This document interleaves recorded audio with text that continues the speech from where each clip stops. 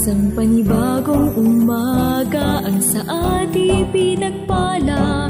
Malinaw na isip, buhay at panibagong lakas. Sa maghapong paggawa hanggang sa payapang pagtulog. Tanging sambit ng puso, Ama, salamat po. Salamat po. Ibahagi pagpapala sa makakasalamuha, ang pagmamahal ng Diyos na sa atin ay lumikha. At sama-samang sambitin na may galak sa puso. Ama, salamat po. Pasimula ng umaga at damhin ng pagpapala, araw ay gawing payapa na Espiritong Banal ang kasama. May matibay na pag-asa, tayo ay mga pinagpala na tanging sambin ng puso. Ama, salamat po.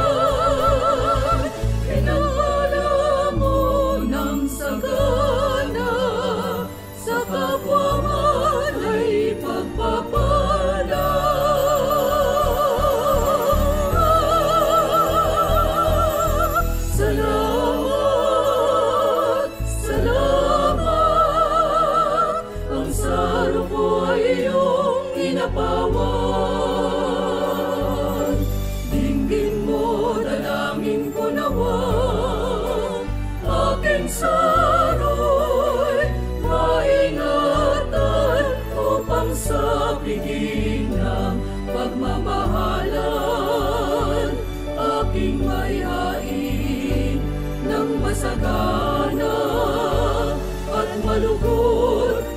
pagsalusaluhan. Salamat, salamat, ang saro ko'y iyong pinapawan. Dinggin mo, dalangin ko nawa, aking saro'y maingatan upang sa piging ng pagmamahalan aking mayain ng masagana at malugod na pagsalusaluhan. Sa aking saro bubuhos, umakaw, umagos, mga biyaya ng langit sa aking saro bubuhos.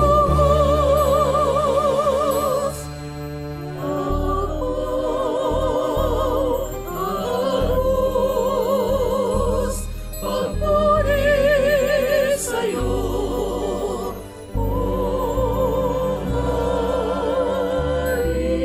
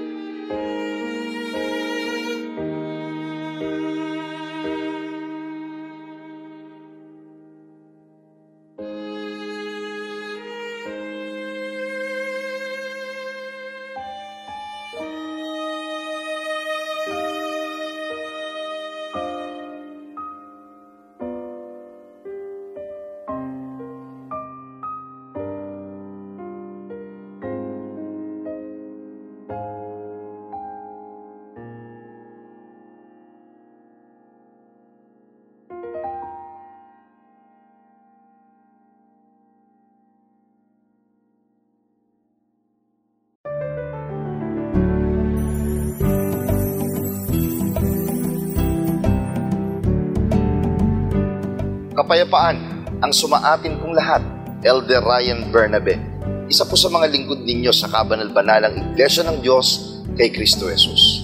Sa araw na ito ay hindi lamang isang magandang araw ang pinagkaloob sa atin ng Diyos, kundi isang pinagpalang araw. Pinagpala sapagkat may panibagong pagkakataon tayo upang ipakita ang ating pagmamahal, pagpapahalaga at pag-iingat sa ating mga mahal sa buhay. Lalo na, panibagong pagkakataon ang araw na ito upang ipakita ang ating pag-ibig sa nag-iisang Diyos na patuloy na nagpahiram o nagpapahiram ng ating buhay at nagpapanatili ng ating kalakasan. Kaya tayo na po, ating tanggapin ang biyayang hatid ng Blessed Day. Simula ng umaga at damhin ng pagpapala, araw ay gawing payapa na Espiritong Banal ang kasama. May matibay na pag-asa, tayo ay mga pinagpala na tanging sambin ng puso. Ama, salamat po.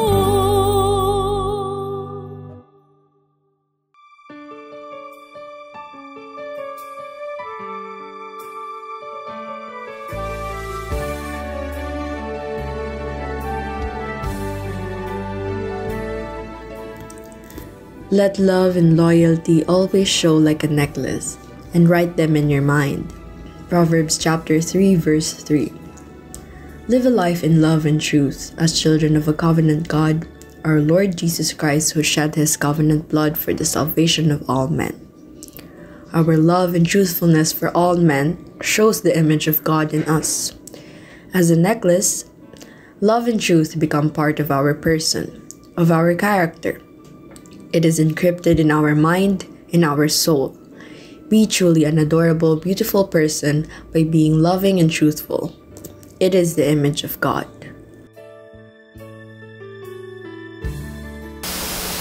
Huwag kang pabayaan ng kaawaan at katotohanan. Itali mo sa palibot ng iyong leeg. Ikintal mo sa iyong puso.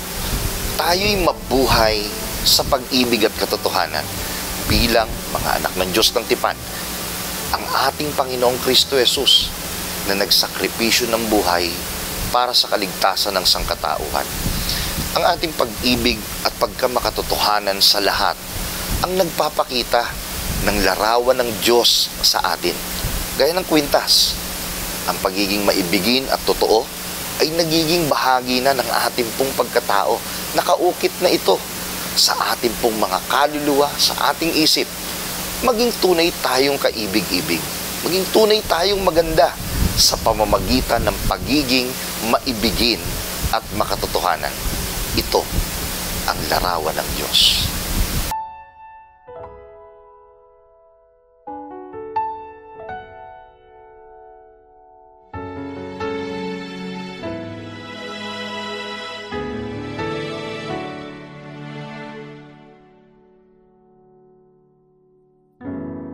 Every time I wake up in the morning,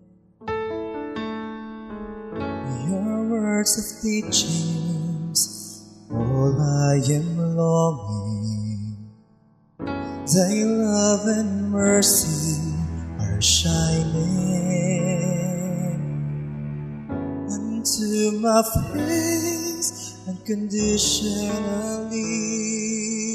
Despite the sins I have done, you have kept me in your arms through your most holy church.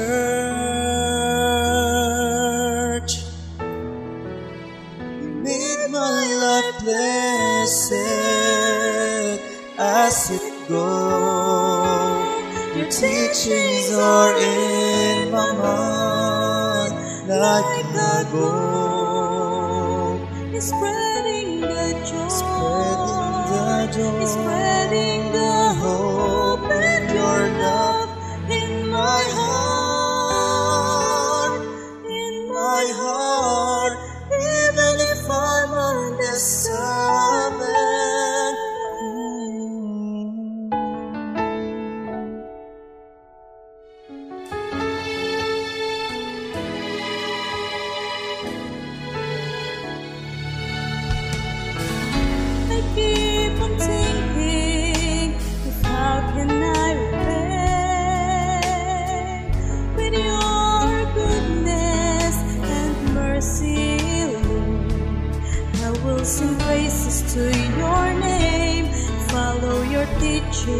all the way through your most holy church.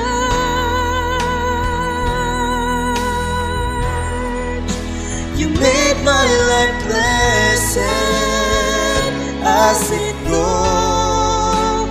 Your teachings are in my mind like a gold.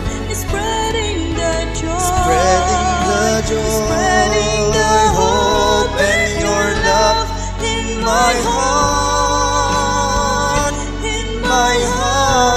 even if I'm undeserving.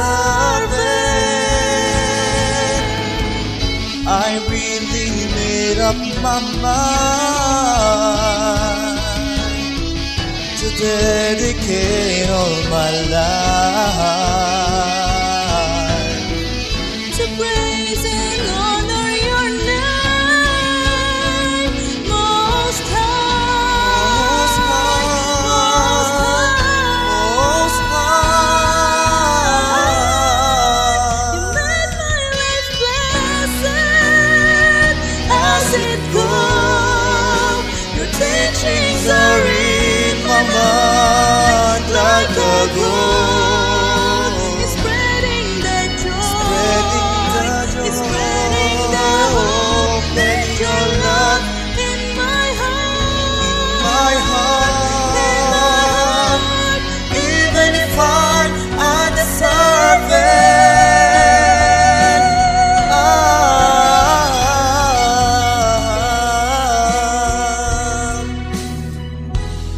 Even if I'm undeserving.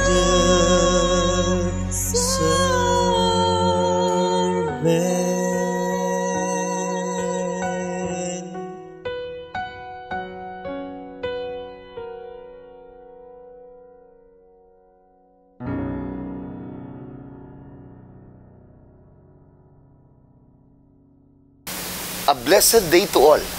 Kayo po ay kasalukuyang nanonood ng programang ipinaglilingkod ng kabanal-banalang Iglesia ng Diyos kay Kristo Jesus.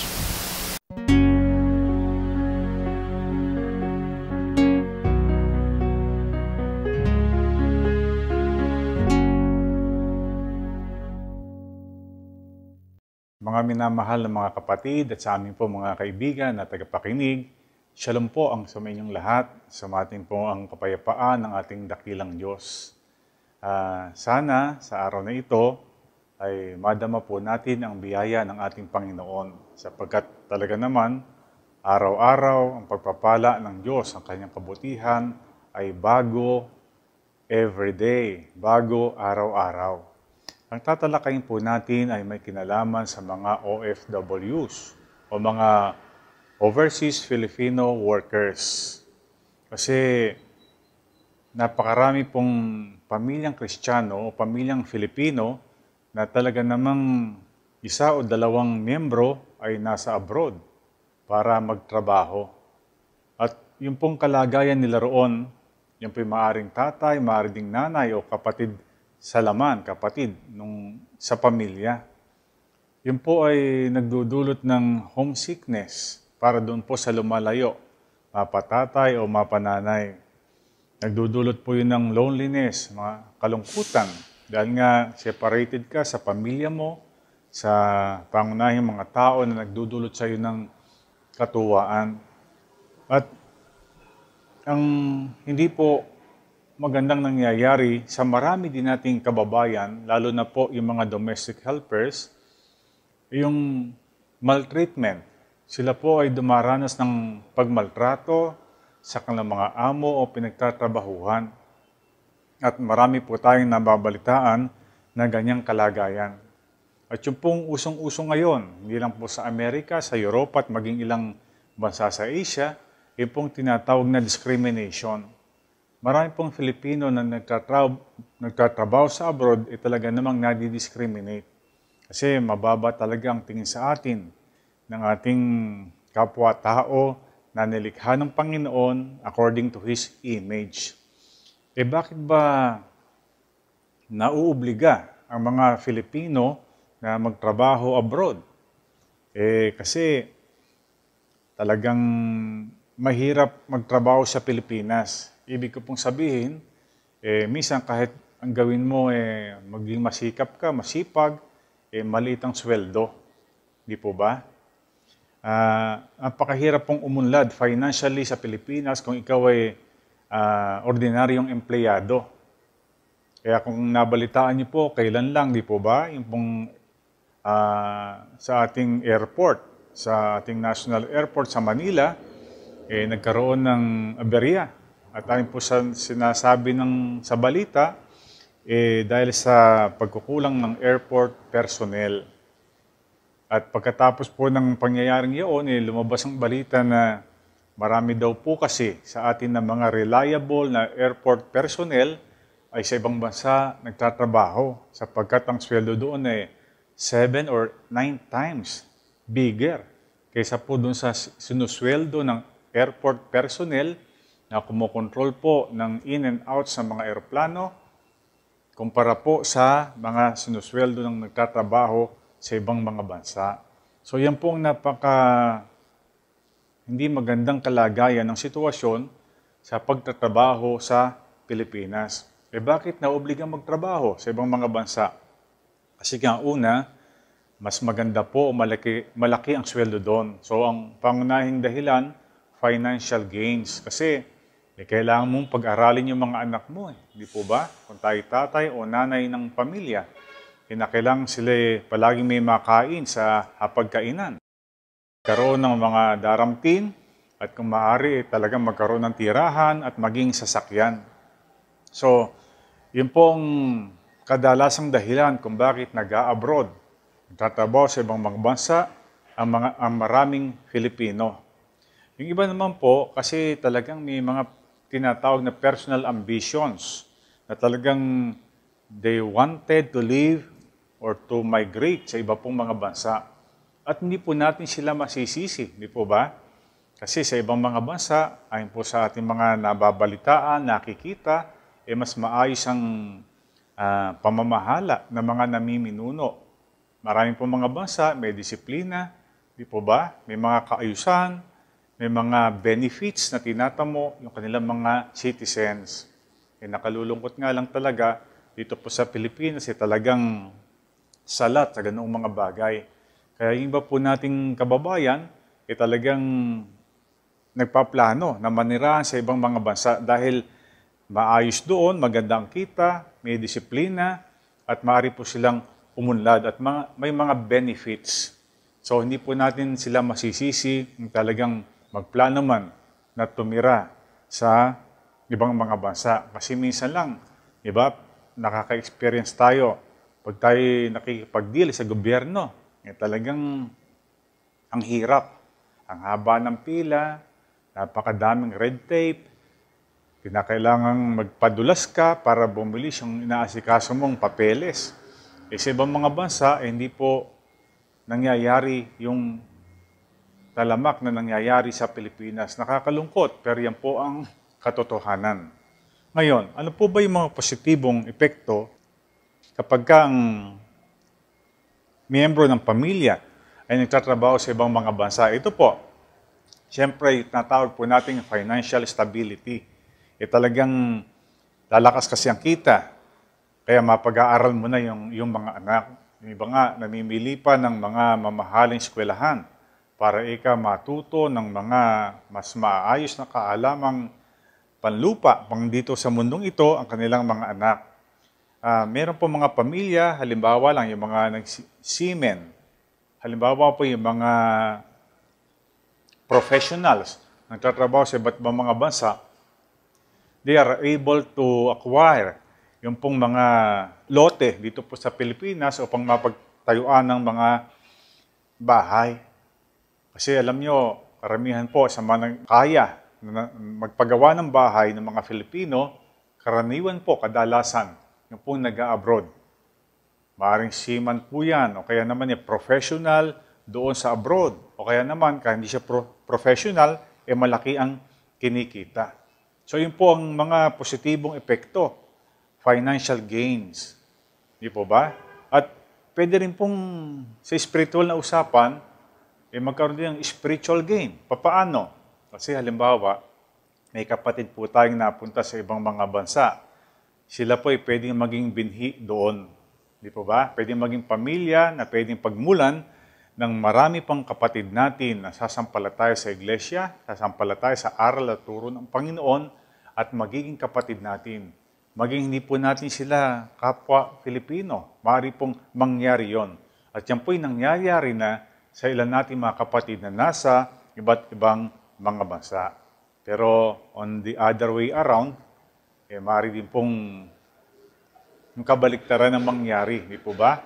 Kasi minsan dahil sa layo ng kanilang napuntahan, imbis na maging binhi, sila nawawala sa pagiging kasama natin sa kongregasyon o sa ating church na pupunta sa ibang mga congregation at yun po ay nangyayari din at hindi po maganda ang ganong mga bagay.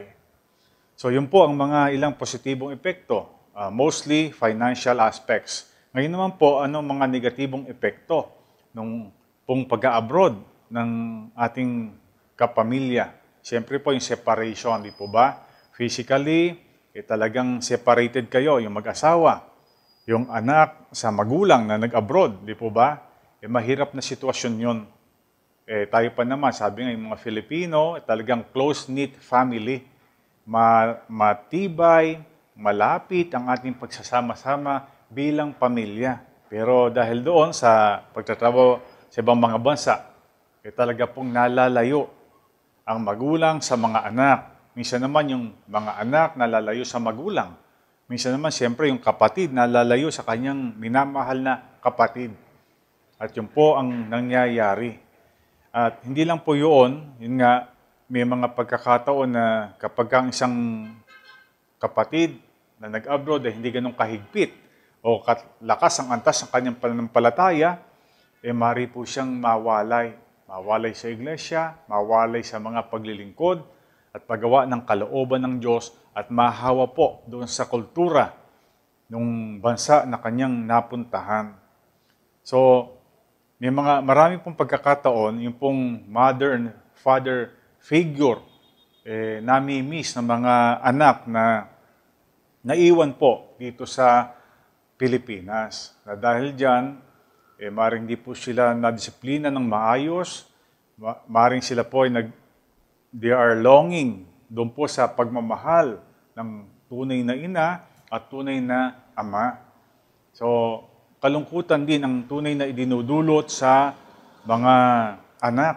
Kakaroon po sila ng emotional problems. Di po ba? Minsan, hindi lang ma-identify yung pagmamahal ng nanay at ng pagmamahal ng tatay. Minsan, hinahanap nila yan sa kaibigan, hinahanap sa kasintahan. Kaya, may mga pagkakataon po, nakapagpapasya ang mga kabataan ng hindi tama at against sa kalooban ng Panginoon. Ano pa ang masamang maring idulot po ng pag-abroad? Yung pong nag-abroad, pumunta sa ibang bansa, they are prone to temptations.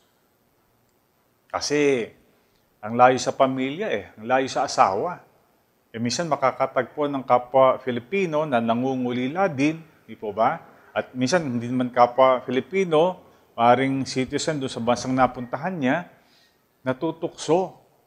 Di po ba?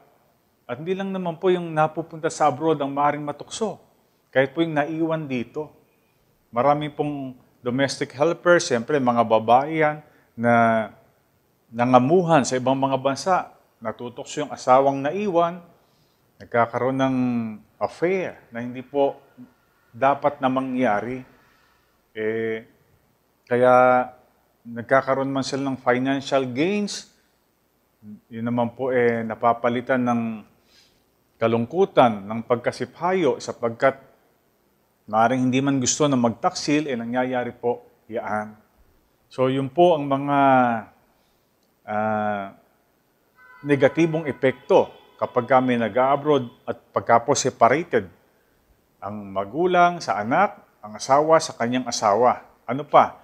Maaari po yung nag-abroad, ito'y nangyayari din po. Sila po'y makapag-acquire ng ibang beliefs, ibang pananampalataya, ibang mga tradisyon at kustumbre. Kasi they wanted to belong di po ba? Gusto nilang wag maiba doon po sa mga tao na nakapaligid sa kanila. So imbis po na talagang manindigan at isakabuhayin ng buhay Kristiyano, dahil walang nakakakita, dahil walang kagayang gumawa ng dapat na gawin, ang nangyayari po, sumasabay na lang sa agos at napakalaking tukso po niyaon. Kaya yan po ay nangyayari sa maraming mga kababayan natin na nasa iba't ibang mga bansa. Ano pang nangyayari? Dito naman po sa mga naiiwan, at marami po akong nakikitang ganito, yung pong miyembro ng pamilyang naiwan, mag-asawa, yung kanilang mga kapatid at iba pang kamag-anak, they tend to umasa na lang doon po sa nasa abroad. Di po ba? Ibig sabihin, hindi na magtatrabaho, hindi na magsisikap dito. Aasa na lang sa ipinapadala.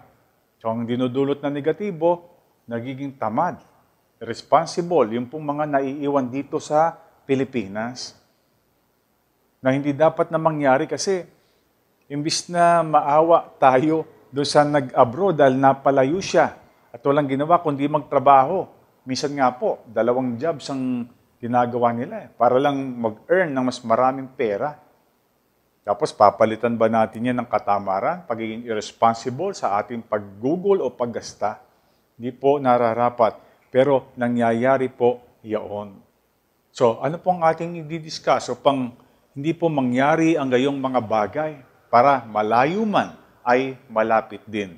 Ito po, how to manage or make the best of it. Kasi inevitable talaga Hindi maaasahan ang pagtatrabaho dito. Di po ba? Mahina ang kita.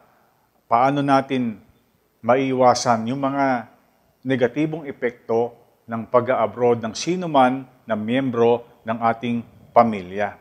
Una po, napakamahalaga po ng regular communications.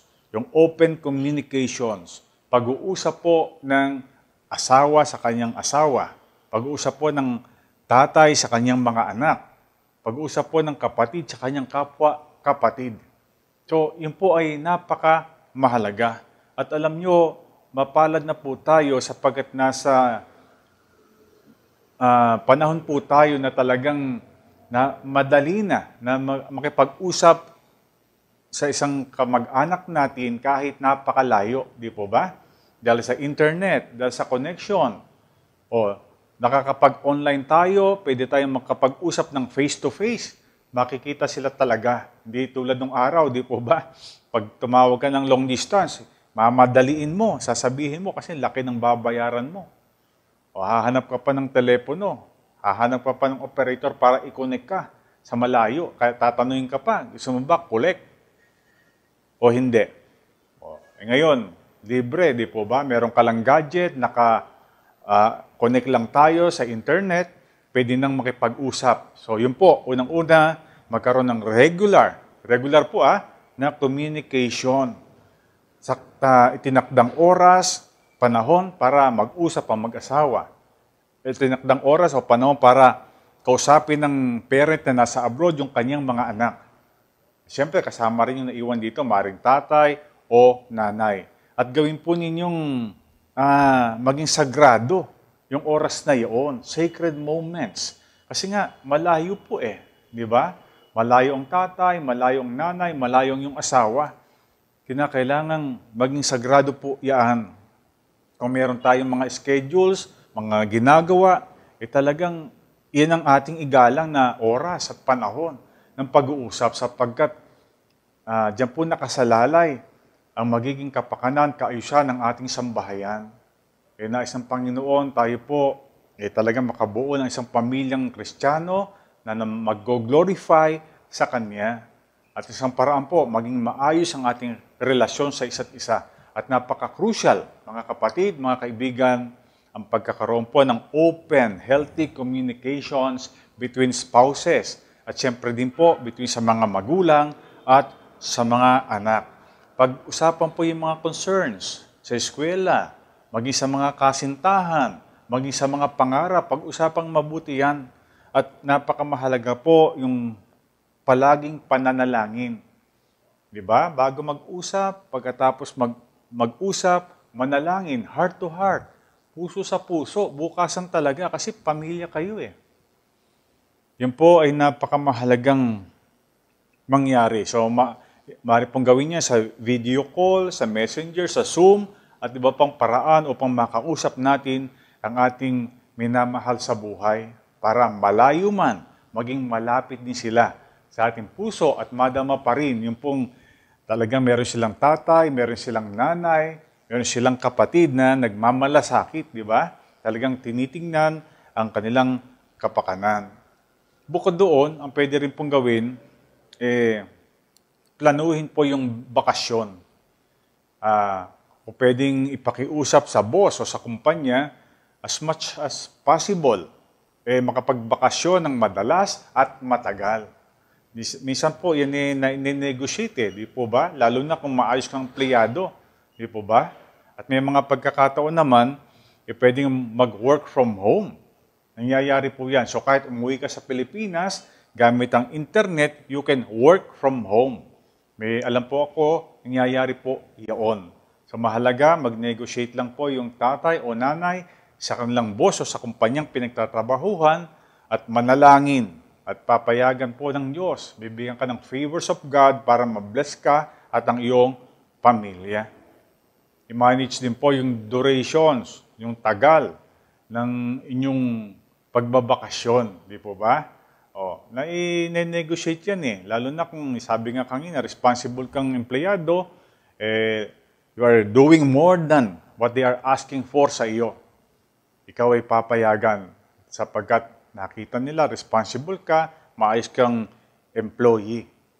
So, yan po ang mga paraan. Ano pa? Save up. Mag-ipon talaga. Huwag maging gastador. Yung naiwan dito, yung mga anak o kamag-anak. O pinakamaganda nga, gastusin lang talaga yung dapat pagkagastusan. Hinuhulugang kotse. O yung natapos hulugan, kuha na naman ng panibago. O yung kinakailangan sa pag-aaral, sa mga pagkain at iba pa. Yung matitira, isave na yon. Bakit po mahalagang isave? Para makaipon ng malaking halaga, para may tsansa, para magplanong magnegosyo dito sa Pilipinas, di po ba? Pagka gayon, hindi naaalis yung isa o sino man sapagkat meron ng negosyo na maaari pong mapagkakitaan na makasusustain ng pangailangan ng buong pamilya. So yan po isang paraan din, mag-save up, mag-ipon, mag-impok, kumbaga po, magplano for the future. Hindi habang buhay mag-abroad ka. Hindi habang buhay magkalayo kayong mag-asawa, malayo ka sa iyong mga anak. Di po ba? So sana po, yung mga bagay na ito, mai-consider po natin. At isa pa, if possible, kung ubra lang, mga kapatid, mga kaibigan, dito na lang tayo sa Pilipinas. Di ba? Kung maaaring magtulong sa pagtatrabaho yung tatay at nanay, hanggang sa yung mga anak magkatrabaho din, dito na lang, magtulong-tulong na lang. Hindi naman sabing magtiis sa kung anong kinikita. Ibig sabihin, masyahan na po tayo kung anong binebless sa atin ng Panginoon, kita sa trabaho, kita sa munting negosyo, at mula doon, mabuhay na tayo ng mapayapa at masaya. Kasi sabi nga po sa Biblia, di ba? May kinakain at dinaramit lang, maaari na tayong maging joyful, o maging contented, o maging masaya. So yun po isang paraan. If possible, wag na pong mag-abroad ang sino man para makaiwas sa maraming negatibong nangyayari. So, hindi ka na malalayo. Palagi ka nang malapit sa mahal mo, sa iyong asawa, sa iyong mga anak, at magkakatulong kayo na lalong ma-develop ang inyong pamilya na makilala ang Diyos, mapaglingkuran siya, at mahalin. We should not compromise yung ating pong spiritual life. Huwag po natin kukompromiso ang ating tunay na future. At ang tunay na future, po maging maayos po tayo as a Christian, bilang pamilyang Kristiyano na nakapaglilingkod sa Panginoon. So sana po, mga minamahal na kapatid, mga taga-subaybay, meron tayong natutuhan sa araw na ito at mai-apply po natin sa ating buhay. Pagpalain tayong lahat ng Panginoon ngayon at magpakailanman. Maraming salamat po. Sana ay patuloy niyo po kaming samahan sa mga kasunod na pagtatanghal ng programang Blessed Day. At sama-sama nating muling tanggapin ang araw na pinagpala ng kataas-taasang Diyos. At bago po ang pansamantalang pagtatapos, tayo po'y mag-ukol ng isang panalangin upang ating hingin ang patuloy na pagpatnubay at pagpapala ng Diyos sa mga kasunod pang oras ng araw na ating lalakaran.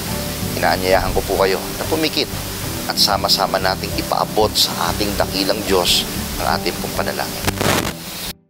Panginoon naming Diyos na makapangyarihan sa lahat, Ikaw na nagbibigay ng mga pagpapala sa bawat araw ng aming mga buhay. Muli mong pinatunayan ang iyong pagmamahal sa sangkatauhan. At salamat sa iyo sa opportunity na sa pamamagitan ng iyong mga kasangkapan ay makapagserbisyo kami sa munting paraan.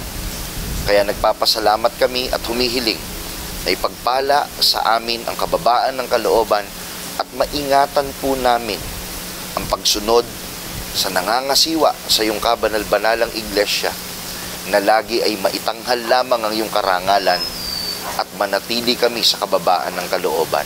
Panginoon, salamat sa muli mong inihatid na mensahe sa pamamagitan po ng iyong kasangkapan. Panginoon, hindi kakaunti ang pamilya na dumaranas na kailangan pang magkalayo para lang sa mga pangangailangan.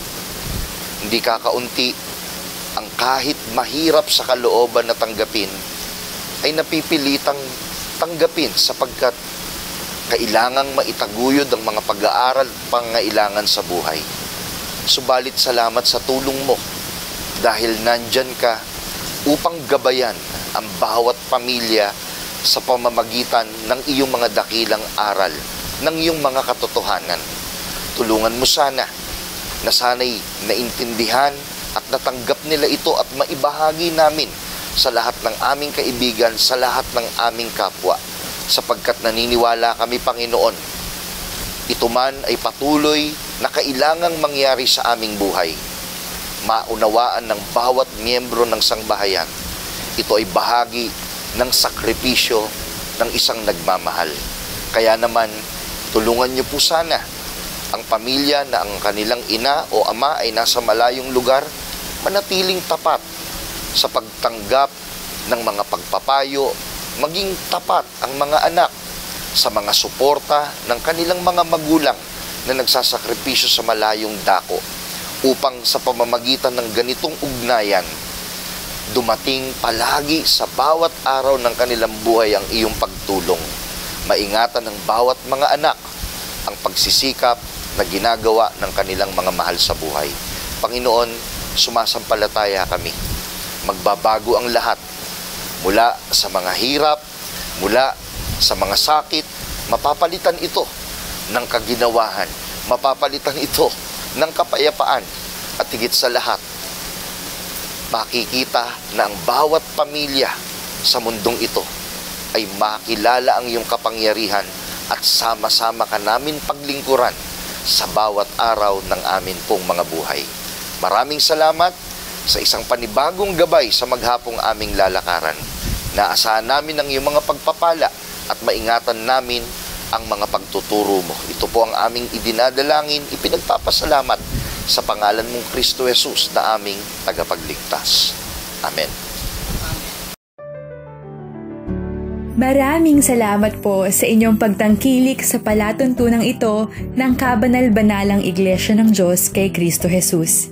Kung nais po ninyong mapanood ang iba pa naming programa, mag-subscribe sa ating YouTube channel na The Most Holy Church at bisitahin ang aming Facebook fanpage na MHC Media.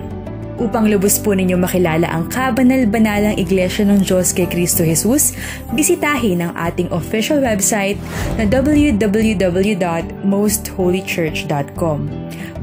Para naman po sa inyong katanungan, prayer request, o libreng Bible study sa inyong tahanan, i-post lamang ang kahilingan sa comment section ng programang ito. Maaari din po kayong tumawag o mag-text sa mga sumusunod na numero. Sa Smart o Talk and Text, 0909-555-5009. Sa Globe o TM, 0926-383-0454. Sa Dito SIM,